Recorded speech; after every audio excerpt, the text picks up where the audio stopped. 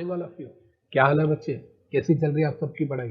बेटा आज की क्लास में हम लोग अपने नए चैप्टर की केस स्टडीज करने लगे हैं जिसका नाम है रिमूवल ऑफ नेम्स, या हम लोग इसे स्ट्राइक ऑफ भी बोलते हैं, जो कि हमें पता है सेक्शन नंबर 248 से लेके सेक्शन नंबर 252 होता है कंपनीज एक्ट का, जिसके अंदर हम लोग बात करते हैं कि कैसे कंपनी को स्ट्राइक ऑफ किया जाता है। अगर मेरे से को पूछे स्ट्राइक ऑफ क्या होता है तो मैं क्या बोलता हूँ, स्ट्राइक ऑफ एक शॉर्टकट है to the dissolution, winding up and dissolution. Generally क्या होता है, जब हमारी कंपनी को हम बंद करना चाहते हैं तो हम पहले एनसीएलटी के पास जाते हैं, नेशनल कंपनी लॉ ट्राइब्यूनल के पास, उससे वाइंडिंग अप का ऑर्डर लेके पूरा वाइंड अप कंप्लीट करते हैं, फिर उसको सेटिस्फाई करते हैं एनसीएलटी को, फिर एनसीएलटी आरओसी को बोलता है कंपनी का नाम काट दो, तो हमारी कंपनी डिसॉल्व हो जाती है। कभी कभी ऐसा होता है कि हम खुद आरओसी के पास चले जाते हैं डायरेक्टली बिना एनसीएलटी के जाए, और हम आरओसी को सेटिस्फाई कर देते हैं कि देख भाई हमारी कंपनी की ना कोई एसेट है ना कोई लायबिलिटी है, वाइंड अप ऑलरेडी हो चुका है, कुछ है ही नहीं हमारी कंपनी के पास, तो तू प्लीज हमारी कंपनी को डायरेक्टली नाम काट दे बिना एनसीएलटी के इंस्ट्रक्शन के। उसे हम बोलते हैं स्ट्राइक ऑफ। इसका मतलब strike off is a shortcut two winding up and dissolution. Winding up and dissolution में एनसीएलटी इन्वॉल्व होता है, फिर एनसीएलटी के बाद आरओसी के पास जाते हैं। स्ट्राइक ऑफ में हम सीधा आरओसी के पास चले जाते हैं। ये तो हो गया कंपनी खुद स्ट्राइक ऑफ करवाना चाहती है। कभी कभी क्या होता है, आरओसी गुस्से में आके आपको स्ट्राइक ऑफ कर देता है, डेड कंपनी मान देता है, और आरओसी पता है आपको जब नोटिस देता है ना, एक साथ 6000 कंपनी, 10,000 कंपनी, 15,000 कंपनी, सीधा एक साथ इतनी हजार कंपनी का नाम निकालता है लिस्ट में और बोलता है मैं सबको स्ट्राइक ऑफ कर रहा हूँ। और जब कंपनी स्ट्राइक ऑफ हो जाती है, डेड कंपनी हो जाती है, हम देखो इसको डेड कंपनी भी कह सकते हैं, हम इसको डिफंक्ड कंपनी भी कह सकते हैं।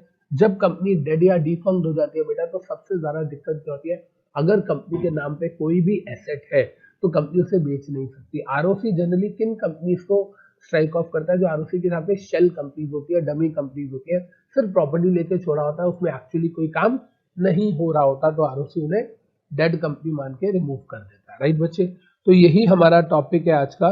देखिए बेटा इसमें सबसे पहले क्या कह रहा है, मिस्टर, अब पहली केस स्टडी की बात करें, mister Dayashankar has been appointed as a registrar of companies Delhi. ठीक है जी, आरओसी का नाम दिया गया है। बच्चों को पता होना चाहिए कि आरओसी एक डिपार्टमेंट होता है, ऑफिस होता है, उसमें एक बंदा भी डेजिग्नेशन होती है आरओसी की। राइट, तो आरओसी है mister Dayashankar and he seeks your advice regarding कब कब वो नोटिस इशू कर सकते हैं for removal to company and its directors. In short अगर मैं बात करूं बेटा, तो ये सेक्शन 248 सबसेक्शन 1 की बात कर रहे हैं कि जो आरओसी है वो कंपनी को नोटिस भेजता है कि मैं आपकी कंपनी को स्ट्राइक ऑफ करने वाला हूं, और वो नोटिस जो है वो एसटीके 1 में जाता है, अगर आपको पता हो तो एसटीके 1 में नोटिस जाता है। कहता है नोटिस कब कब जा सकता है? सर ये नोटिस जा सकता है अगर कंपनी को सीओआई लिए 1 साल हो चुका है, और अगर कंपनी ने इस 1 साल में कोई बिजनेस नहीं किया तो नोटिस जा सकता है। दूसरी चीज, सर कंपनी बहुत सालों से चल रही है लेकिन कंपनी ने लास्ट 2 सालों से अपना काम धंधा बंद कर दिया है, और अगर बंद किया तो उसको डॉर्मेंट कंपनी का स्टेटस लेना चाहिए था सेक्शन 455 पे, लेकिन इसने डॉर्मेंट का भी स्टेटस नहीं लिया। मतलब कंपनी पिछले 20 साल से चल रही थी लेकिन लास्ट 2 सालों से कंपनी ने अपना काम बंद कर दिया है, और दूसरी बात डॉर्मेंट का भी स्टेटस नहीं लिया कंपनी ने। सर तीसरी चीज, कहता है सर तीसरी चीज है, जब कंपनी को सीओआई मिलता है तो कंपनी को 180 डेज के अंदर आरओसी को एक फॉर्म नंबर 20A देना पड़ता है। सर ये वाला फॉर्म भी अभी तक कंपनी ने नहीं दिया। और लास्ट चीज, सर कंपनी जब सीओआई मिलता है, जब कंपनी को सर्टिफिकेट ऑफ इनकॉर्पोरेशन मिलता है, या तो कंपनी जब फॉर्म हो रही होती है तो स्पाइस का एक फॉर्म जाता है, आपको पता होगा ILC 32, उसमें कंपनी रजिस्टर्ड ऑफिस का एड्रेस देती है।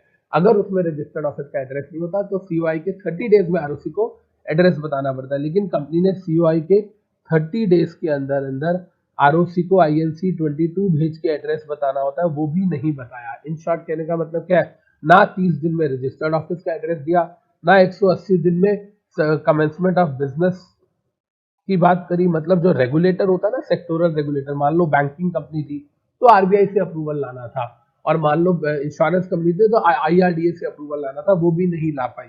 और तीसरी चीज, मतलब 30 दिन में रजिस्टर्ड ऑफिस का इंटीमेशन नहीं दिया, 180 दिन के अंदर इसने कमेंसमेंट का नहीं दिया, मतलब रेगुलेटर के अप्रूवल का, और 1 साल में कोई बिजनेस भी नहीं किया।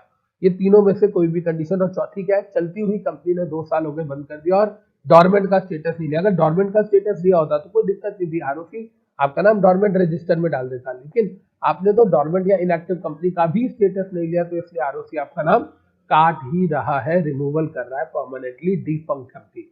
वो बात हो रहा है, इसको आप सेक्शन 252 में रिस्टोर करा सकते हो, लेकिन एक बार तो आरओसी आपका नाम काट सकता है इन 4 ग्राउंड्स के अंदर। देखिए बेटा, यही 4 ग्राउंड्स अगर हम बात करते हैं, ये रहे मेरी बुक में, आरओसी ने एसटी के 1 दिया, आरओसी को, आरओसी ने कंपनी को एंड डायरेक्टर्स को एसटी के 1 दिया, राइट।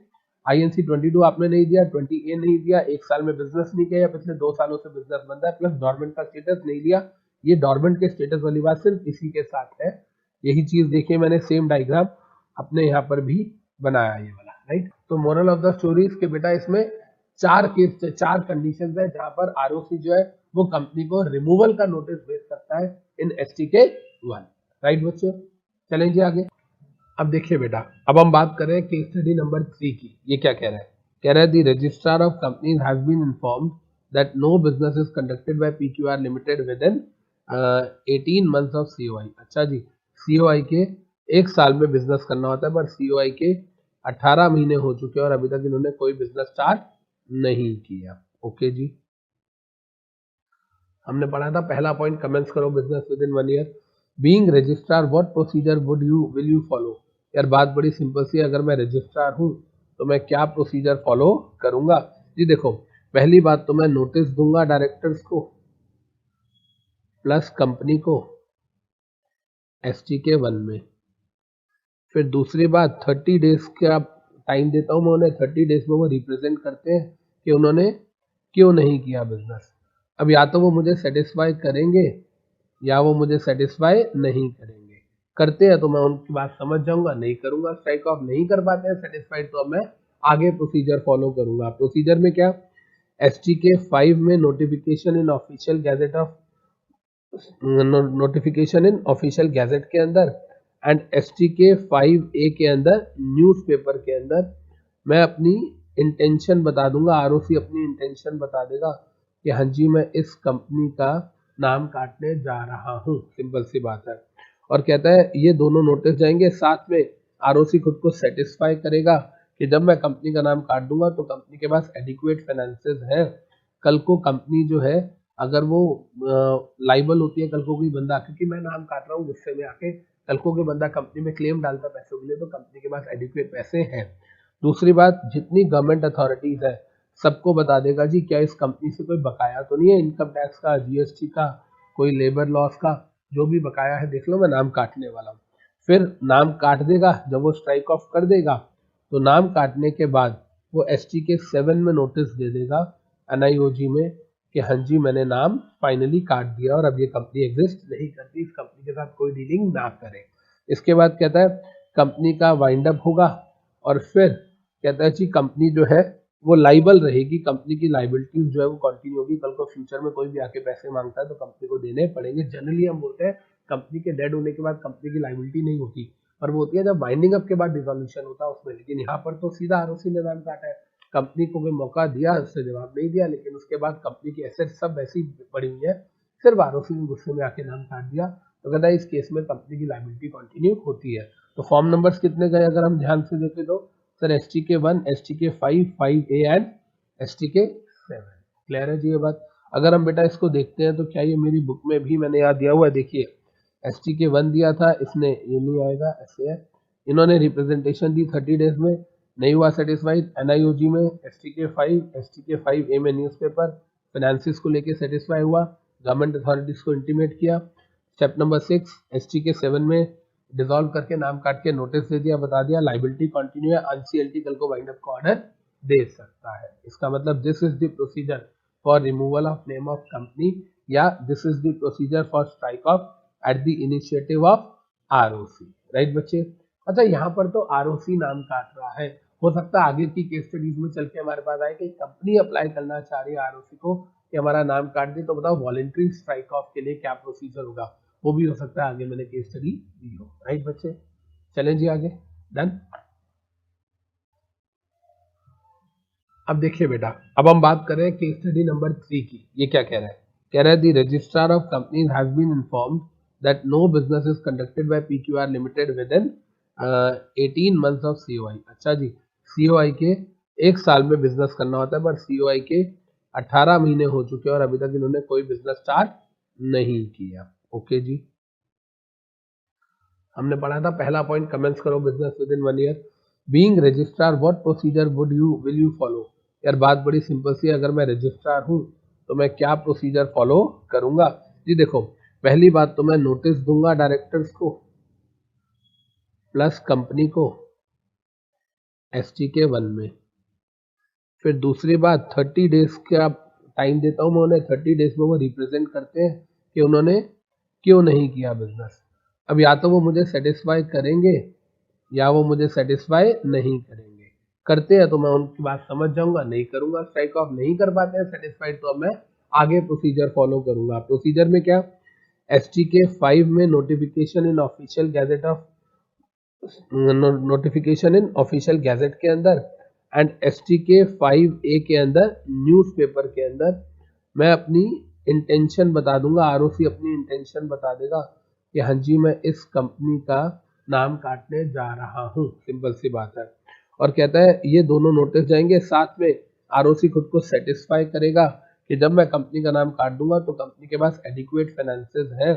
कल को कंपनी जो है अगर वो लाइबल होती है, कल को कोई बंदा, क्योंकि मैं नाम काट रहा हूँ गुस्से में आके, कल को कोई बंदा कंपनी में क्लेम डालता पैसों के लिए तो कंपनी के पास एडिक्वेट पैसे हैं।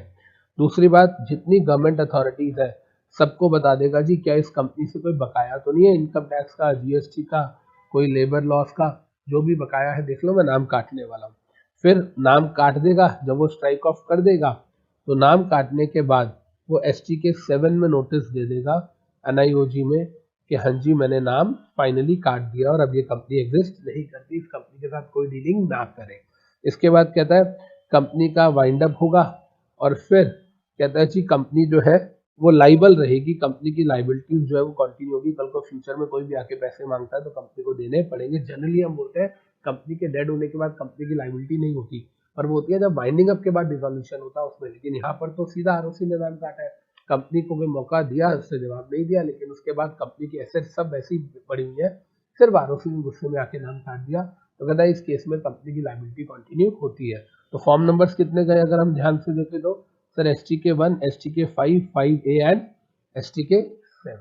क्लियर है जी ये बात। अगर हम बेटा इसको देखते हैं तो क्या ये मेरी बुक में भी मैंने यहाँ दिया हुआ है, देखिए STK 1 दिया था इसने, ये नहीं आएगा, ऐसे है। इन्होंने रिप्रेजेंटेशन दी 30 डेज में, नहीं हुआ सेटिस्फाइड। NIOG में STK 5, STK 5A में न्यूज़पेपर फाइनेंसिस को लेके सेटिस्फाई हुआ, गवर्नमेंट अथॉरिटीज को इंटीमेट किया। स्टेप नंबर 6 STK 7 में डिसॉल्व करके नाम काट के नोटिस दे दिया, बता दिया लाइबिलिटी कंटिन्यू है, NCLT कल को वाइंड अप का ऑर्डर दे सकता है। इसका मतलब this is the procedure for removal of name of company या this is the procedure for strike off at the initiative of ROC।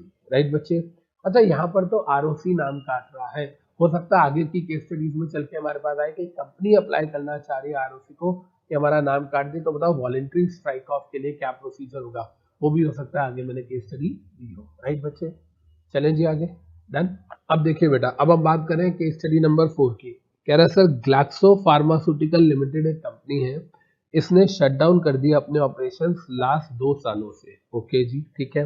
And जो पब्लिक शेयर होल्डर्स है इसके, मतलब ये लिस्टेड कंपनी है, जो पब्लिक शेयर होल्डर है इन्होंने भी ऑब्जेक्शन रेज कर दिया कि कंपनी को अभी तक डॉर्मेंट का स्टेटस क्यों नहीं मिला। अच्छा जी, ठीक है। कहता जी ROC को भी एप्लीकेशन आ गई कि नाम काटो, क्योंकि कंपनी ने 2 सालों से काम भी नहीं किया और डॉर्मेंट का स्टेटस भी नहीं लिया। अब कहता जी बताइए ROC क्या करेगा। आई रिपीट, एक पब्लिक कंपनी है जो कि लिस्टेड है, उस लिस्टेड पब्लिक कंपनी के जो शेयर होल्डर्स है वो ये कह रहे हैं कि कंपनी 2 सालों से काम भी नहीं करी और कंपनी ने डॉर्मेंट का स्टेटस नहीं लिया। वैसे भी लिस्टेड कंपनी तो डॉर्मेंट का स्टेटस ले ही नहीं सकती अंडर सेक्शन 455, ये तो हमें पता ही है। तो कहता है ROC के पास एप्लीकेशन आई कि डॉर्मेंट का स्टेटस नहीं लिया, 2 साल से काम भी नहीं करी है, इसका नाम काट दो। अब बताओ ROC क्या करेगा। राइट जी बेटा, प्राइमरीली हमको ऐसा लगता है कि इस सिचुएशन के अंदर ROC क्या करेगा। आपने सर 2 साल हो गए हैं, अपना बिजनेस भी शट डाउन कर दिया है, और दूसरी बात आपने हमसे डॉर्मेंट का स्टेटस भी नहीं लिया, तो ROC इस केस में स्ट्राइक ऑफ कर देगा। ये वही वाली 4 कंडीशन है जो हमने ऊपर पढ़ी थी। यस, बिल्कुल सही है, लेकिन याद रखिएगा बेटा, इस केस में आरओसी स्ट्राइक ऑफ नहीं करेगा। Reason sir, what is the reason for that? क्योंकि बेटा ये लिस्टेड कंपनी है, और आप पढ़ेंगे, या आपको मैंने जब पढ़ाया था लेक्चर क्लास में, जब मैंने टॉपिक पढ़ाया था, तो मैंने आप लोगों को ये बात जरूर बताई थी कि एक रूल 3 के अंदर लिस्ट दी गई है, लिस्ट ऑफ कंपनीज दिया गया है कि इस कंपनी को आरओसी स्ट्राइक ऑफ नहीं कर सकता। उसके अंदर सबसे पहला नाम लिस्टेड कंपनी का है, क्योंकि ये लिस्टेड कंपनी है, इसमें स्टॉक एक्सचेंज से भी पब्लिक का पैसा बहुत कुछ इन्वॉल्व हो जाता है। इसमें आप नाम काट दोगे तो भाई साहब कंपनी के जो शेयर होल्डर है वो तो मर जाएंगे, उनके शेयर्स की ट्रेडिंग ही नहीं होगी, डेड हो गई कंपनी बिल्कुल। तो कहता है लिस्टेड कंपनी में कभी भी हम नहीं कर सकते। तो इसका मतलब क्या है? प्राइमरीली हमें लगता है कि 2 साल हो गए हैं बिजनेस बंद किए हुए, डॉर्मेंट का स्टेटस ले लिया, स्ट्राइक ऑफ करो, लेकिन हमारा जो फोकस है बेटा वो कहाँ होना चाहिए? होना चाहिए पब्लिक शेयर होल्डर्स पे। इसका मतलब कंपनी के पब्लिक शेयर होल्डर्स है, मतलब कंपनी जो है वो लिस्टेड है। देखिए बेटा यहाँ पर list of companies which shall not be removed from the register of members, shall not, ROC करेगा ही नहीं इनको, देखिएगा ध्यान से, राइट।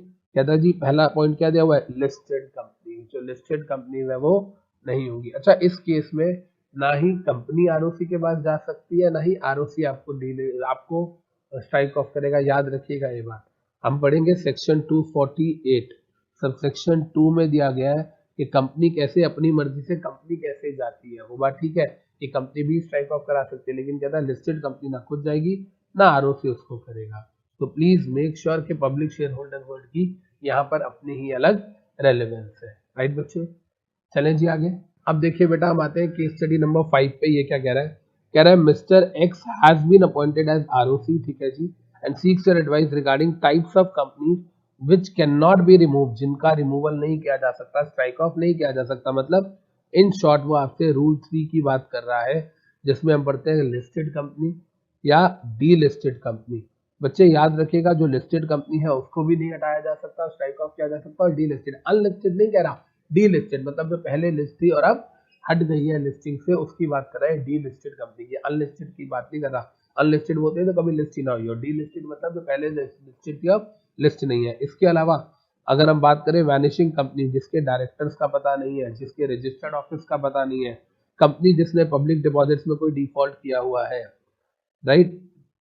सेक्शन 8 कंपनी, कंपनी जिसमें कोई पेंडिंग केस वगैरह चल रहे हैं, कंपनी जिसके अंदर इंस्पेक्शन या इन्वेस्टिगेशन पेंडिंग चल रही है।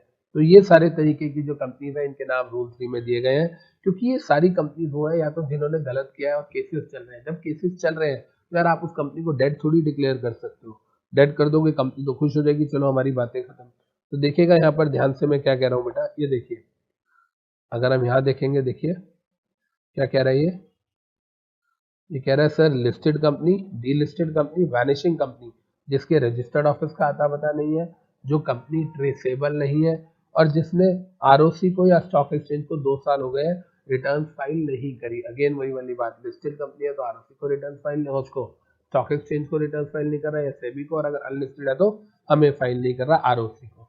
आरओसी को तो आपको पता ही है, अगर हम बात करते हैं बार बार AOC 4 FGD 7, investigation inspection pending चल रही है अंडर सेक्शन 206 से लेके 229। अगर आपको याद हो, ऐसे ही कुछ ग्राउंड्स मिलते जुलते थे डॉर्मेंट कंपनी के अंदर भी। जब आप डॉर्मेंट कंपनी पढ़ते हो तो उसके अंदर भी आता है कि कौन कौन सी कंपनी जो है ये वो डॉर्मेंट के लिए आरओसी को अप्लाई नहीं कर सकती, ऑलमोस्ट सेम है। केसेस पेंडिंग चल रहे हैं, अच्छा डिफॉल्ट किया है पब्लिक में, चार्जेस कोई आपने बकाया ले रखा है, कोई आपने बैंक लोन वगैरह लिया था वो भी आपने पे नहीं किया। जब बैंक लोन किस्तें चल रही है, इसका मतलब क्या हुआ, जब बैंक लोन की किस्तें चल रही है तो आपकी अभी एसेट्स और लाइबिलिटीज दोनों है। जब एसेट लाइबिलिटीज है तो आप स्ट्राइक ऑफ के लिए तो जा ही नहीं सकते। Section 8 company not for profit, और आपने कोई कंपाउंडिंग एप्लीकेशन पेंडिंग है। होता क्या बेटा, आप कुछ गलती करते हो, कोई लॉ वायलेट करते हो, फिर आप आरओसी के पास जाते हो और बोलते हो कि हमसे गलती हो गई, हम अपनी गलती मान रहे हैं और हम चाहते हैं जो भी फाइन पेनल्टी है लेके खत्म करो, दैट इज कंपाउंडिंग। आरओसी की मर्जी है, कई बार अगर हम बात करें तो आरडी पे चली जाती है बात कंपाउंडिंग के लिए, कई बार एनसीएलटी में चली जाती है। तो इसका मतलब ROC is not empower to compound, RD और एनसीएलटी है जिनको पावर है। तो मोरल ऑफ द स्टोरीज अगर हम बात करते हैं कंपाउंडिंग की, तो आपकी कंपाउंडिंग एप्लीकेशन पेंडिंग है, इसका मतलब आपने कोई गलती करी है, मानी हुई है, आप माफीनामे के लिए और पेनल्टी देने के लिए तैयार हो, लेकिन माफीनामे की एप्लीकेशन अभी तक वहां से पेंडिंग है, वहां से एनसीएलटी या आरडी का कोई जवाब नहीं आया है। तो कहता है इस केस में भी आपकी कंपनी को रिमूव नहीं किया जा सकता। तो all these are the ground given under rule 3। Right बच्चे, चलें जी आगे। अब देखिए बेटा, केस स्टडी नंबर 6 पे आते हैं। This seminar has been conducted by ICSI on strike off और रिमूवल। ठीक है जी। The guest speaker mister Subramaniam in his speech uttered the word vanishing company. मतलब एक सेमिनार चल रहा था, आप उसमें बैठे हुए थे एज एन ऑडियंस, और जो स्पीकर आए थे उन्होंने वहां पर रिमूवल चैप्टर के अंदर जब सेमिनार दे रहे थे वो, तो वो बार बार एक वर्ड यूज कर रहे थे, वैनिशिंग कंपनी। तो आपके हिसाब से as a speaker, as an audience, आपको क्या समझ आया वैनिशिंग कंपनी से? What does that word mean? And आपके हिसाब से उसकी क्या रेलेवेंस थी with respect to strike off, बताइए। इन शॉर्ट, ये ना एक्चुअली मैं आपको बताता हूँ, ये जो केस स्टडी मैंने क्रिएट करी है ना, ये मैंने एक्चुअल में रियल लाइफ में जो एक्सपीरियंस लोगों का आता है ना उसमें क्रिएट करी है। जब आप सीएस करते हो या सीए या सीडब्ल्यू करते हो, तो जब आप मेंबर बन जाते हो तो आपको पता है जो इंस्टीट्यूट के कोड ऑफ कंडक्ट, रेगुलेशंस है, गाइडलाइंस है, वो आप पे एप्लीकेबल होती है। सीएस, सीए एंड सीडब्ल्यू, ये तीनों की तीनों जो इंस्टीट्यूट है बेटा, ये तीनों इंस्टीट्यूट हर महीने अपना सेमिनार करते हैं ताकि मेंबर्स को लेटेस्ट चीज़ों में अपडेट कराया जा सके। और उस सेमिनार में अच्छे अच्छे 5 स्टार होटल्स में होता है वो सेमिनार। जनरली एवरी मंथ का जो लास्ट सैटरडे होता है वो होता है। और जब ये सेमिनार होते हैं, सीए का अलग होता है, सीएस का अलग होता है, सीडब्ल्यू का अलग होता है। तो जब ये वाले सेमिनार होते हैं तो उसमें 500-700 सीएस आते हैं, 5 स्टार होटल्स में पूरा हॉल बुक किया जाता है। लेकिन मेरा पॉइंट क्या है, सुनिएगा ध्यान से।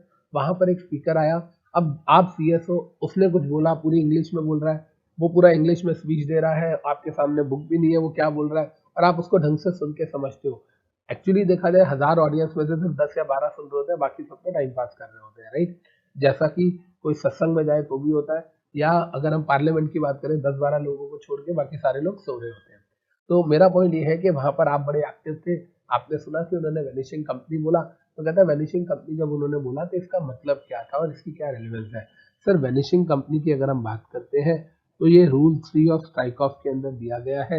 वैनिशिंग कंपनी वो है जिसका रजिस्टर्ड ऑफिस नहीं है, मतलब आरओसी के रिकॉर्ड में जो एड्रेस था, आरओसी ने वहां पे जाके चेक करवाया तो पता चला कि वहां पर तो कोई कंपनी है ही नहीं। दूसरी बात, कंपनी के डायरेक्टर्स नहीं है। या तीसरी बात, कंपनी ने 2 सालों से अपनी जो एनुअल रिटर्न्स है, मतलब वही जो कंप्लाइंसेस है वो नहीं किए, मतलब एओसी 4 एंड एमजीटी 7 फाइल नहीं किया। सर, ये तीनों के तीनों में से कोई भी कंडीशन अगर आपने तोड़ी, कोई भी, दिस और दिस और दिस, का वैनिशिंग कंपनी माने जाएंगे। कहता है जी वैनिशिंग कंपनी की अगर हम बात करते हैं तो वैनिशिंग कंपनी की रेलेवेंस क्या है? कहता है जी रेलेवेंस ये है कि ऐसी कंपनी, वैनिशिंग कंपनी आरओसी को कभी भी एप्लीकेशन नहीं दे सकती फॉर स्ट्राइक ऑफ। सिंपल सी बात है। तो वैनिशिंग कंपनी कभी भी आरओसी को स्ट्राइक ऑफ के लिए एप्लीकेशन नहीं दे सकते। इन शॉर्ट, हमें रूल 3 रूल नंबर पता होना चाहिए, वैनिशिंग कंपनी की डेफिनेशन में 3 इंपॉर्टेंट एलिमेंट्स पता होने चाहिए, और ऐसी कंपनी आरओसी को एप्लीकेशन नहीं दे सकती for strike of under section 248 subsection 2 हमें पता होना चाहिए। 1 में आरओसी अपने इनिशिएटिव का नाम काटता है, और 2 के अंदर जो कंपनी है वो आरओसी को अप्लाई करती है। राइट बच्चे, क्लियर है जी? चले आगे। अब देखिए बेटा, केस स्टडी नंबर 6 पे आते हैं। This seminar has been conducted by ICSI on strike off और रिमूवल। ठीक है जी। The guest speaker mister Subramaniam in his speech uttered the word vanishing company. मतलब एक सेमिनार चल रहा था, आप उसमें बैठे हुए थे एज एन ऑडियंस, और जो स्पीकर आए थे उन्होंने वहां पर रिमूवल चैप्टर के अंदर जब सेमिनार दे रहे थे वो, तो वो बार बार एक वर्ड यूज कर रहे थे, वैनिशिंग कंपनी। तो आपके हिसाब से as a speaker, as an audience, आपको क्या समझ आया वैनिशिंग कंपनी से? What does that word mean? And आपके हिसाब से उसकी क्या रेलेवेंस थी with respect to strike off, बताइए। इन शॉर्ट, ये ना एक्चुअली मैं आपको बताता हूँ, ये जो केस स्टडी मैंने क्रिएट करी है ना, ये मैंने एक्चुअल में रियल लाइफ में जो एक्सपीरियंस लोगों का आता है ना उसमें क्रिएट करी है। जब आप सीएस करते हो या सीए या सीडब्ल्यू करते हो, तो जब आप मेंबर बन जाते हो तो आपको पता है जो इंस्टीट्यूट के कोड ऑफ कंडक्ट, रेगुलेशंस है, गाइडलाइंस है, वो आप पे एप्लीकेबल होती है। सीएस, सीए एंड सीडब्ल्यू, ये तीनों की तीनों जो इंस्टीट्यूट है बेटा, ये तीनों इंस्टीट्यूट हर महीने अपना सेमिनार करते हैं ताकि मेंबर्स को लेटेस्ट चीज़ों में अपडेट कराया जा सके। और उस सेमिनार में अच्छे अच्छे 5 स्टार होटल्स में होता है वो सेमिनार। जनरली एवरी मंथ का जो लास्ट सैटरडे होता है वो होता है। और जब ये सेमिनार होते हैं, सीए का अलग होता है, सीएस का अलग होता है, सीडब्ल्यू का अलग होता है। तो जब ये वाले सेमिनार होते हैं तो उसमें 500-700 सीएस आते हैं, 5 स्टार होटल्स में पूरा हॉल बुक किया जाता है। लेकिन मेरा पॉइंट क्या है, सुनिएगा ध्यान से। वहां पर एक स्पीकर आया, अब आप सीएस हो, उसने कुछ बोला, पूरी इंग्लिश में बोल रहा है, वो पूरा इंग्लिश में स्पीच दे रहा है, आपके सामने बुक भी नहीं है, वो क्या बोल रहा है, और आप उसको ढंग से सुन के समझते हो। एक्चुअली देखा जाए 1000 ऑडियंस में से सिर्फ 10 या 12 सुन रहे होते हैं, बाकी सब तो टाइम पास कर रहे होते हैं। राइट, जैसा कि कोई सत्संग में जाए तो भी होता है, या अगर हम पार्लियामेंट की बात करें 10-12 लोगों को छोड़ के बाकी सारे लोग सो रहे होते हैं। तो मेरा पॉइंट ये है कि वहां पर आप बड़े एक्टिव थे, आपने सुना कि उन्होंने वैनिशिंग कंपनी बोला, तो कहता है वैनिशिंग कंपनी जब उन्होंने बोला तो इसका मतलब क्या था और इसकी क्या रेलेवेंस है। सर वैनिशिंग कंपनी की अगर हम बात करते हैं तो ये रूल 3 ऑफ स्ट्राइक ऑफ के अंदर दिया गया है। वैनिशिंग कंपनी वो है जिसका रजिस्टर्ड ऑफिस नहीं है, मतलब आरओसी के रिकॉर्ड में जो एड्रेस था आरओसी ने वहां पे जाके चेक करवाया तो पता चला कि वहां पर तो कोई कंपनी है ही नहीं। दूसरी बात, कंपनी के डायरेक्टर्स नहीं है। या तीसरी बात, कंपनी ने 2 सालों से अपनी जो एनुअल रिटर्न्स है, मतलब वही जो कंप्लाइंसेस है वो नहीं की है, मतलब एओसी 4 एंड एमजीटी 7 फाइल नहीं किया। सर ये तीनों के तीनों में से कोई भी कंडीशन अगर आपने तोड़ी, कोई भी दिस और दिस और दिस का वैनिशिंग कंपनी माने जाएंगे। कहता है जी वैनिशिंग कंपनी की अगर हम बात करते हैं तो वैनिशिंग कंपनी की रेलेवेंस क्या है। कहता है जी रेलेवेंस ये है कि ऐसी कंपनी, वैनिशिंग कंपनी आरओसी को कभी भी एप्लीकेशन नहीं दे सकती फॉर स्ट्राइक ऑफ। सिंपल सी बात है। तो वैनिशिंग कंपनी कभी भी आरओसी को स्ट्राइक ऑफ के लिए एप्लीकेशन नहीं दे सकती। इन शॉर्ट हमें रूल नंबर पता होना चाहिए, वैनिशिंग कंपनी की डेफिनेशन में 3 इंपॉर्टेंट एलिमेंट्स पता होने चाहिए, और ऐसी कंपनी आरओसी को एप्लीकेशन नहीं दे सकती for strike of under section 248 subsection 2 हमें पता होना चाहिए। 1 में आरओसी अपने इनिशिएटिव का नाम काटता है और 2 के अंदर जो कंपनी है वो आरओसी को अप्लाई करती है। राइट बच्चे, क्लियर है जी। चले आगे। अब देखिए बेटा केस स्टडी नंबर 7 कहता है the members of ABC limited are willing to file an appeal to NCLT for restoration.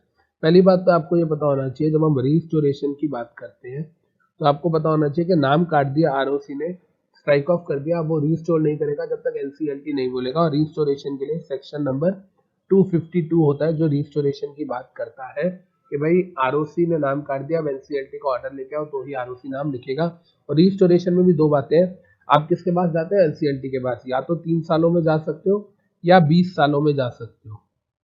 From strike off 3 सालों में कोई भी जा सकता है एनसीएलटी के पास, कोई भी बंदा एनसीएलटी के पास चला जाएगा, लेकिन 3 सालों के बाद कहता है सिर्फ मेंबर्स या क्रेडिटर्स या वर्कमैन जा सकते हैं और कोई नहीं जा सकता। मतलब पहले 3 साल कोई भी एनसीएलटी के पास चला जाए जो कंपनी से रिलेशन रखता हो या कंपनी के रिस्टोरेशन में इंटरेस्टेड हो, लेकिन 3 साल हो गए उसके बाद एनसीएलटी किसी की नहीं सुनेगा सिवाय मेंबर्स, क्रेडिटर्स या वर्कमैन के। यही 3 लोग रिस्टोरेशन के लिए जा सकते हैं। और इससे आप अंदाजा लगाओ कि 20 सालों तक कंपनी का जो नाम था वो किसी और को दिया भी नहीं जाएगा, किसी और नई कंपनी को सेम नाम, बिकॉज हो सकता है आप 19वें साल आके रिस्टोर करा लो, कौन करा ले, मेंबर्स, क्रेडिटर्स या वर्कमैन। तो देखिए ध्यान से, मेंबर्स चाह रहे थे कि इसको रिस्टोर कराया जाए after 2 years of being struck off. क्या मेंबर्स जा सकते हैं? बिल्कुल जा सकते हैं। आंसर इज यस, जा सकते हैं। Will it make any difference to your answer if they are desirous of filing an appeal after 5 years of being struck off? Members 2 साल बाद ना जाके 5 साल बाद जाते तो भी कोई दिक्कत नहीं है। मेंबर्स के लिए तो ग्राउंड कहाँ तक है, मेंबर्स के लिए तो 20 साल तक का ग्राउंड है। इसका मतलब इस केस में भी दिक्कत नहीं है। कहता है will it make any difference अगर मेंबर्स की जगह in lieu of members directors are willing, directors willing है तो 2 साल वाले में तो हमारा आंसर है यस, लेकिन 5 साल वाले में हमारा आंसर है नो, क्योंकि डायरेक्टर्स जो है या साफ सिंपल सी बात है, जो 20 ईयर्स वाला है इसमें मेंबर, क्रेडिटर्स एंड वर्कमैन है, डायरेक्टर्स नहीं लिखा हुआ इसमें। और डायरेक्टर्स नहीं लिखा हुआ इसका मतलब डायरेक्टर्स इसमें आगे एनी पर्सन में, और एनी पर्सन के लिए कितना है, 3 साल का टाइम है। तो मतलब पहले केस में क्या मेंबर्स 2 साल में जा सकते हैं? हाँ। क्या मेंबर 5 साल में जा सकते हैं? हाँ। क्या डायरेक्टर्स जा सकते हैं 2 साल में? यस। डायरेक्टर्स जा सकते हैं 5 साल में? नो। यही बात देखिए बेटा मैंने अपनी बुक में साफ साफ यहाँ पर लिखी हुई है। देखिए एनी पर्सन एनसीएलटी के पास जाएगा 3 सालों में, लेकिन 20 सालों वाली बात जो है 3 साल के बाद अगले 17 साल का जो स्केल है वो सिर्फ क्रेडिटर्स, मेंबर्स या वर्कमैन के पास है। और इसका मतलब डायरेक्टर्स 2 सालों के बाद तो जा सकते हैं, लेकिन 5 सालों के बाद कहता है डायरेक्टर्स जा सकते हैं, नहीं जा सकते। तो आई होप कि हम लोगों को बेटा यहाँ पर ये वाली केस स्टडी क्लियर हो गई है। राइट जी, चले आगे। अब देखिए बेटा केस स्टडी नंबर 8 कहता है the company named Amarpali, not Amrapali, Amarpali, Amarpali Realtech limited has been struck off by ROC. 3 साल हो चुके हैं, आरओसी ने नाम काट दिया, 3 साल हो गए, अभी तक कोई नहीं आया फॉर रिस्टोरेशन। ठीक है जी। नेम अमरपाली रियलटेक लिमिटेड किसी और ने अप्लाई किया नई कंपनी बनाने के लिए। क्या आरओसी वो वाला नाम, आरओसी माने सर आपको पता है जो सीआरसी है, सेंट्रल रजिस्ट्रेशन सेंटर, आपको पता है इनकॉर्पोरेशन से रिलेटेड, नेम अप्रूवल से रिलेटेड काम सिर्फ मानेसर वाला आरओसी ही करता है। तो कहता है क्या आप बताइए क्या वो ये नाम किसी और को दे सकता है? अभी मैंने आपको बताया था कि रिस्टोरेशन की जो एप्लीकेशन है वो हो सकता है 20 सालों तक आ जाए। इसका मतलब भाई जब स्ट्राइक ऑफ हुआ उससे 20 सालों तक तो आंसर इज नो।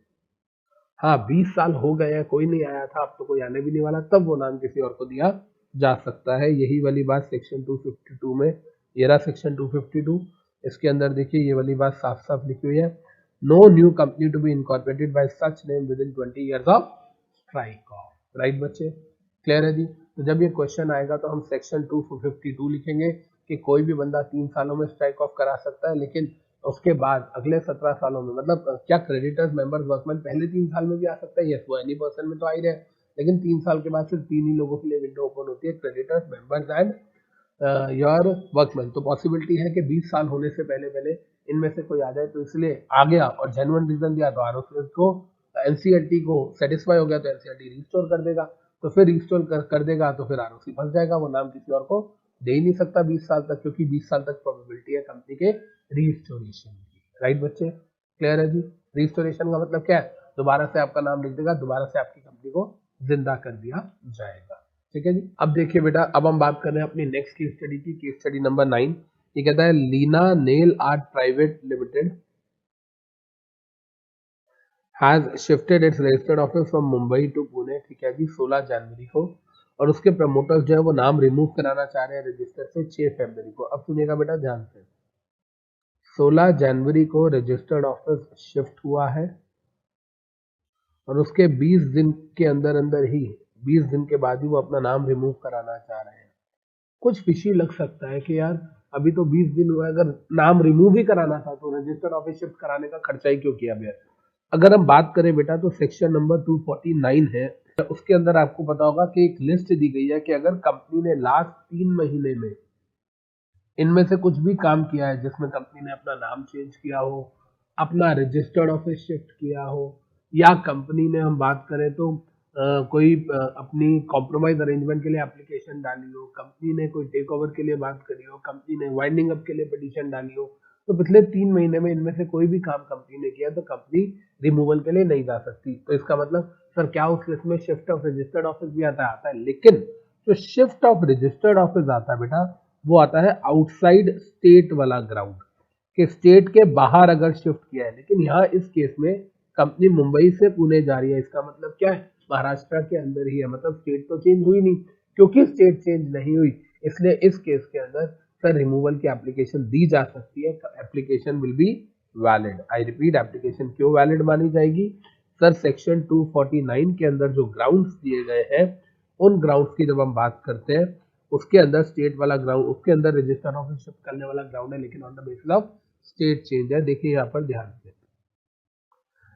ये देखिए कंपनी STK 2 नहीं देगी आरओसी को अगर 3 महीने में, लास्ट 3 महीने में इनमें से कोई भी काम किया हुआ है। इसमें क्लॉज भी देखिए, शिफ्टेड, स्पेलिंग गलत है, shifted registered office outside state, तो कंपनी इनएलिजिबल है। लेकिन इस केस में कंपनी मुंबई से पुणे गई है, इसका मतलब है कि कंपनी जो है वो उसी स्टेट के अंदर है, तो यस, क्या कंपनी एप्लीकेशन दे सकती है आरओसी को STK 2 as per section 248 subsection 2? Yes, 100% दे सकती है और ये एप्लीकेशन वैलिड मानी जाएगी। राइट जी। अब देखिए बेटा, अब हम बात करते हैं अपनी केस स्टडी नंबर 10 की। Nisha trophies private limited has changed, spelling गलत है, has changed its name to Nisha accessories private limited on 23 January 2019। ठीक है जी, सर निशा ट्रॉफीज ने अपना नाम चेंज कर दिया निशा एक्सेसरीज में ऑन 23 जनवरी 2019, और आरओसी का एप्लीकेशन दी 6 फरवरी को, मतलब 15 दिन के बाद ही आरओसी को एप्लीकेशन दे दी। तो कहता है एग्जामिन द वैलिडिटी, कहता है जी ये गलत है, ये इनवैलिड है एप्लीकेशन, क्योंकि नाम चेंज किया तो 3 महीने तक तो आप नहीं दे सकते। और कहता है अगर ये गलत है, कंपनी ने फिर भी गलत काम कर दिया तो क्या होगा? कहता है जी फाइन लग सकता है आपको, जो अगर एनसीएलटी की बात करें तो एनसीएलटी आप पे फाइन लगा सकता है अप टू ₹1 लाख का। That's it. तो ये एप्लीकेशन इनवैलिड है सेक्शन 249 के हिसाब से, 3 महीने तक तो नहीं जा सकते थे, और अगर चले गए हो तो ये गलत है, आपको फाइन लग सकता है अप टू ₹1 लाख। देखिए अगर हम बात करें तो ये चीज यहाँ दी गई है, नाम चेंज किया तो 3 महीने तक नहीं जा सकते, और कहता है फिर भी चले गए हो तो 1 लाख रुपए तक का फाइन लगाया जा सकता है आप पे। राइट जी। अब देखिए बेटा, हम बात कर रहे हैं अपनी केस स्टडी नंबर 11 की। ये क्या कह रहा है? दी board of directors of Amit trading private limited The board of directors of Amit Trading Private Limited are planning to file an application for removal of name to ROC. As a corporate law expert, आप बताइए कौन कौन से circumstances ऐसे हैं जहां पर company ineligible है to make an application within 3 months. In short अगर हम बात करें तो डायरेक्टली हमसे सेक्शन 249 पूछ रहा है कि हमारी कंपनी ने पिछले 3 महीने में क्या हरकत ना करी हो. हमें किसी ने बोला कि तुम STK 2 लेके जा रहे हो ROC के पास. हमने कहा हाँ जी जा रहे हैं. ध्यान रखना कि सेक्शन 249 में कुछ चीजें दी गई है. अगर आपने पिछले 3 महीने में वो चीजें करी है या अभी करी है तो 3 महीने रुक जाओ, क्योंकि अगर चले गए अभी तो ROC 1 लाख की NCLT 1 लाख तक का फाइन लगा देगा.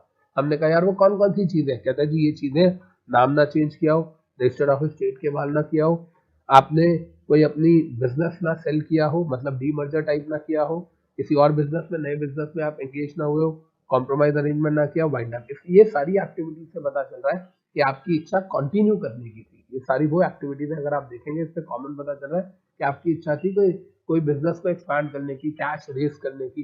मान लो 2 महीने पहले आपने कुछ प्राइवेट प्लेसमेंट करी थी, जान पहचान वालों से पैसे लिए थे, तो इन सारी चीजों से पता चलता है कि आप तो काम करने वाले थे, तो अचानक से रिमूवल पे क्यों जा रहे हो. तो कहता है इस केस में आपको फाइन लगाया जा सकता है. राइट बच्चे, क्लियर है जी. तो आपने इनमें से कोई भी एक्टिविटी ना करी हो. इन शॉर्ट यहाँ पर सेक्शन 249 की बात कर रहा है, प्लस 1 लाख रुपए तक का फाइन बाय NCLT लगाया जा सकता है. राइट जी, चलें जी आगे. अब देखिए बेटा, यहाँ पर आ रही है केस स्टडी नंबर 12. अच्छी इंपॉर्टेंट केस स्टडी है. कहता है the board of directors of the company called its GM to consider and approve the resolution for filing the removal application to ROC. ठीक है जी, जो कंपनी है वो रिमूव करना चाहती है अपना नाम, इसके लिए कंपनी ने जनरल मीटिंग बुलाई है. पहले तो आपको ये पता होना चाहिए कि रिमूवल के लिए जब GM बुलाते हैं STK 2, तो STK 2 ROC को जाता है, वो बात तो हम सबको पता है. लेकिन इसके लिए शेयर होल्डर्स का स्पेशल रेजोल्यूशन भी पास करना पड़ता है, और स्पेशल रेजोल्यूशन का मतलब है approval of 75% members present in meeting.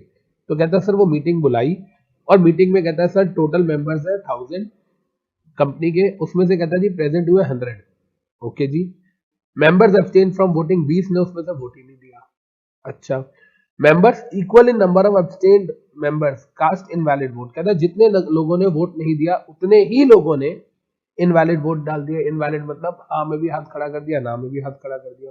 पहले एक बार अगर हम देखें टोटल मेंबर्स कितने हैं 1000 माइनस एब्सेंट कितने हैं 900. आपको प्रॉपर ऐसी प्रेजेंटेशन देनी है बेटा. प्रेजेंट मेंबर्स कितने हैं 100. प्रेजेंट मतलब जो आए नहीं हम उनका क्या करें, जो आए हैं इसमें से एब्सटेन्ड कितने हैं, जिन्होंने वोट किया ही नहीं, कहता जी 20. तो ऐसे कितने हैं जो प्रेजेंट प्लस वोटेड है 80. इसमें से कहता है सर ये बताओ इनवैलिड वोट्स कितने हैं, कहता जी जितने एब्सटेन्ड थे, इक्वल नंबर लिखा था ना यहाँ पर कहीं, देखिए इक्वल नंबर, मतलब जितनों ने वोट नहीं दिया उतने ही बेवकूफ लोगों ने गलत वोट दिया, हाँ और ना दोनों में हाथ खड़ा कर दिया, या हाँ और ना दोनों में टिक कर दिया अगर वोटिंग बाय पोल हो रही थी. तो इनवैलिड वोट्स भी हो गए हमारे 20. तो ऐसे कितने लोग हुए जिन्होंने जो प्रेजेंट है प्लस वोट किया है, कहता जी प्रेजेंट और वोट वाले तो हो गए 60. ओके जी, डन हो गई बात. इन्हीं को कंसीडर करेंगे, बाकी को तो हम काउंट ही नहीं करेंगे, क्योंकि हम उन्हें कंसीडर करते हैं जो प्रेजेंट है, जिन्होंने वोट किया है और जिन्होंने वैलिड वोट दिया है, हम सिर्फ उन्हीं को कंसीडर करते हैं. राइट. अब आगे देखिए, whereas 15% of the members out of total present in the venue, 15% of total present in venue मतलब 100 का, 100 थे ना प्रेजेंट, 100 का 15% की बात कर रहा है, ये मतलब 15. कहता है उन्होंने अगेंस्ट में वोट कर दिया, मतलब 60 में से 15 ने बोल दिया नो. इसका मतलब बाकी 45 ने यस बोला होगा. तो कहता है बताओ डिजायर्ड रेजोल्यूशन पास हुआ कि नहीं. पहली बात तो आपको पता होना चाहिए कि इसके लिए SR चाहिए, मतलब स्पेशल रेजोल्यूशन, मतलब 75% मेंबर्स का अप्रूवल. फिर हमने देखा कि अच्छा जी 60 में से, अब हम 60 में से काउंट करेंगे, 60 में से 45 ने यस बोला, 15 ने ना बोला है. इसका मतलब यस 75% ने यस बोल दिया. इसका मतलब जो रिक्वायर्ड स्पेशल रेजोल्यूशन है वो पास हो गया है. राइट बच्चे, क्लियर है जी ये बात. ये अच्छा क्वेश्चन है. सबसे बड़ी बात है कि CA CS CMA में किसी भी लेवल पे इंटर फाइनल में आ जाता है, क्योंकि ये रेजोल्यूशन से रिलेटेड है, किसी भी चैप्टर में आ जाता है. सर यही अगर मैं बात करूं तो ये कंपनी के ऑब्जेक्ट क्लॉज को ऑल्टर करने के लिए भी आ जाता. इसकी अगर मैं बात करूं तो ये शेयर कैपिटल को ऑल्टर करने के लिए आ जाता. अगर मैं बात करूं तो ये कंपनी ने लोन देना है सेक्शन 186 में इंटर कॉर्पोरेट लोन, उसके अंदर आ जाता। तो moral of the story is किसकी, ये तो बेसिक क्वेश्चन है ना रेजोल्यूशन का। एक्चुअली अगर हम बात करें तो इस क्वेश्चन में तो ये जानना चाह रहा है कि क्या आपको पता है कि रेजोल्यूशन पास हुए या नहीं, उसको कंसीडर करते हुए कौन से वोट्स को इंक्लूड किया जाता है और कौन से वोट्स को एक्सक्लूड किया जाता है। राइट बच्चे, चले जी आगे। अब देखिए बेटा, हम आते हैं अपनी नेक्स्ट केस स्टडी पे। The board of directors of LMK private limited are about to file application to ROC, about to file, अभी फाइल नहीं करिए, रिगार्डिंग रिमूवल। ठीक है जी, इसका मतलब इन शॉर्ट STK 2 फाइल करने वाले हैं as per section 248 subsection 2। List out the attachments to be given along with. In short वो साफ साफ पूछ रहा है कि कौन कौन सी अटैचमेंट्स है, ये लीजिए। सेक्शन 248 सबसेक्शन 2 जो है आपको पता होगा कि ये मेंबर्स जब कंपनी जब अप्लाई करती है उसके लिए होता है, बाकी 1 होता है जब ROC करता है, 2 होता है जब कंपनी करती है, 3 to 8 कॉमन प्रोविजंस होते हैं सेक्शन 248 से लेके। अगर आप देखेंगे ध्यान से मेरे बुक में, यहाँ देखिए मैंने यहाँ पर क्या लिखा हुआ है, जब ROC कर रहा था 1 and 3 से 8, ऐसे ही मैंने यहाँ पर क्या लिखा 2 and 3 से 8, मतलब 1 and 2 अलग है, बाकी सब कॉमन है। देखिए इसके अंदर क्या क्या जाता है यार, आप एक सर्टिफिकेट, पहली बात तो आप एश्योरेंस देते हो कि आपकी एसेट लाइबिलिटी नहीं है, तभी तो आप NCLT के बाद वाइंडिंग अप के लिए नहीं जा रहे, क्योंकि ना हमारी कोई एसेट है ना लाइबिलिटी है। सर रेगुलेटर का NOC ले चुके हैं, जो हमारा रेगुलेटर था, अगर कोई है तो उसका NOC भी लाए हैं। इंडेमनिटी बॉन्ड दे रहे हैं, कल को अगर आपको पता चलता है कि किसी की लाइबिलिटी अराइज होती है तो हम प्रॉमिस करते हैं पे ऑफ करेंगे। एफिडेविट देते हैं, जो कह रहे हैं सच कह रहे हैं, कोई पेंडिंग लिटिगेशन तो नहीं चल रही, अगर चल रही है तो इररेलेवेंसी और रेलेवेंट वाली ना हो। Resolution copy BR plus SR की कॉपी देनी पड़ेगी, और साथ में लास्ट 30 मतलब सर्टिफिकेट, हम स्टैट्यूटरी ऑडिटर से अकाउंट्स की सर्टिफिकेशन लेते हैं और वो 30 दिन से ज्यादा पुरानी नहीं होनी चाहिए। तो moral of the story is STK 3 में इंडेमनिटी बॉन्ड, 4 में affidavit, pending litigations, NOC of regulator, extinguishment का प्रूफ, ऑडिटर का पिछले 30 दिन से पुराना सर्टिफिकेशन नहीं होना चाहिए, प्लस रेजोल्यूशंस की कॉपी। ठीक है जी, ये सारी की सारी चीजें हम देंगे कब, STK 2 जब हम ROC को फाइल करेंगे। अपनी मर्जी से जब कंपनी स्ट्राइक ऑफ कराना चाह रही है तो एप्लीकेशन के साथ ये सारी चीजें उसको अटैच करके देनी पड़ेगी। राइट जी, चलें जी आगे। अब देखिए बेटा, अब हमारे अपनी केस स्टडी 14 पे इस चैप्टर की रिमूवल ऑफ नेम्स की फाइनल लास्ट केस स्टडी है। ये क्या कहती है, कहता है the registrar of company has struck off the name of 10,000 companies. अच्छा जी, 10,000 कंपनीज का नाम उसने एक साथ काट दिया। ठीक है जी, और नाम काटने के बाद STK 7 पे नोटिफिकेशन दे दी नाम काटने के बाद। ठीक है, लेकिन without issuing notice to them, मतलब कंपनी को जो STK 1 का नोटिस जाता था वो दिया ही नहीं। मतलब जब कंपनी का नाम काटा तब STK 7 में दे दिया, लेकिन पहले नाम काटने से पहले आप जो पहला स्टेप होता है STK 1 देते हो ना, वो कंपनी को दिया ना डायरेक्टर्स को। एंड पब्लिशिंग गैजेट नोटिफिकेशन, इसका मतलब जो STK 5 आप देते हो वो भी नहीं दिया, ना STK 1 दिया, ना STK 5 दिया, ना 5A दिया, मतलब ना हमें नोटिस दिया, ना नोटिफिकेशन डाला, ना 5A में आपने न्यूज़पेपर में डाला। International security printer private limited ने चैलेंज कर दिया इसका एक्शन कि ये नेचुरल जस्टिस के अगेंस्ट है, बिकॉज नेचुरल जस्टिस बोलता है ऑडी अल्टरम पार्टम, ऑडी अल्टरम पार्टम मतलब reasonable opportunity of being heard, और वो चले गए NCLT के बाद, क्योंकि NCLT सुपीरियर है ROC के, देखो जी इसने गलत किया। Will the petition be accepted, अब पहली बात तो ये कि मार्क्स उसी बच्चे को मिलेंगे जो जिसको पता होगा कि जेन्युइन केस है। इसमें 6000 कंपनीज के नाम को एक साथ स्ट्राइक ऑफ कर दिया गया था। इसमें से जो कंपनी थी उसका नाम एक्चुअली में यही था, international security printer private limited. कभी कभी क्या करता है एग्जामिनर, आपको सही कंपनी का नाम, रियल कंपनी का नाम केस स्टडी में डाल देता है, फिर भी आपको नहीं पता चलता। तो इसका नाम था international securities printer private limited versus ROC, और ये 2017 की बात है। 2017 के अंदर, अभी 2 साल पहले ही, तो 2 ढाई 3, अब तो खैर 2.5 साल से ऊपर हो गया, 3 साल होने वाले हैं, तो पहले ही इन्होंने क्या करा था, NCLT के पास गए थे और NCLT को इन्होंने सेटिस्फाई कर दिया था इन सारी चीजों को लेके। क्या आपने STK 1 में नोटिस दिया? नहीं। 5 में दिया? नहीं। 5A में दिया? नहीं। है दिया तो प्रूफ दिखाओ। ROC पे प्रूफ ही नहीं दिखा पाया, तो NCLT ने उसको बोला कि ये इनवैलिड है स्ट्राइक ऑफ, आप कंपनीज को रिस्टोर करो। और दूसरी बात कि उनकी एप्लीकेशन को एक्सेप्ट कर लिया गया था। इसका मतलब क्या है कि जो ROC है वो कभी भी शो कॉज नोटिस जो है वो दिए बिना ऐसा काम नहीं करेगा। ये देखिए बेटा, international security printers private limited versus ROC 8 अगस्त 2017 की बात है ये, और कहता है इन्होंने कहा 6000 कंपनीज का इन्होंने स्ट्राइक ऑफ किया, ना नोटिस दिया, गैजेट नोटिफिकेशन में भी नहीं दिया, और नेचुरल जस्टिस को वायलेट किया हुआ। तो हाई कोर्ट ने, सॉरी हाई कोर्ट कह रहा हूँ, NCLT ने बोला जी ROC has however failed to prove the allegation that proper step, क्योंकि जो इल्जाम लगा था आरओसी उसको प्रूव ही नहीं कर पाया कि हाँ जी ये सही है। मतलब आरओसी जो था बेसिकली वो अपनी बात को जस्टिफाई नहीं कर पाया, प्रूव नहीं दे पाया कि मैंने ये सब नोटिस दिए थे, इसलिए respondent would be arbitrary illegal and against the principle. Respondent मतलब जिसपे केस हुआ है, मतलब आरओसी। आरओसी जो है उसने अपनी मनमानी चले, आर्बिट्ररी का मतलब होता है डिस्क्रिशनरी, अपनी मर्जी से मनमानी चलाई जो इलीगल है और against to principle natural justice है, प्रिंसिपल ऑफ नेचुरल जस्टिस का वायलेशन है, इसलिए पिटीशन एक्सेप्ट कर ली गई। सिंपल सी बात है। तो मोरल ऑफ द स्टोरीज के एज इट इज आपके मॉड्यूल में ये दे रखा है, लेकिन ये जो क्वेश्चन है केस की रेफरेंस है ये सीए और सीएमए के मॉड्यूल में नहीं दी, हाँ पेपर में आया हुआ उनके स्कैनर में दिया हुआ है, लेकिन जो 10 ईयर में है। लेकिन मोरल ऑफ द स्टोरीज की जो केस का नाम है ये सिर्फ सीएफ के मॉड्यूल में दिया, इंपॉर्टेंट है, ये आपको नोट करना चाहिए। तो यहाँ पर अगर हम बात करते हैं बेटा हम लोगों का जो केस स्टडीज है रिमूवल ऑफ नेम्स की, या जिसको हम स्ट्राइक ऑफ बोलते हैं सेक्शन 248 से 252, वो कंप्लीट हो गया। आई होप आप सबको बेटा समझ भी आ गया होगा, रिवाइज भी हो गया होगा, एंड फिर मिलेंगे नेक्स्ट क्लास में नए चैप्टर के साथ। Till then take care.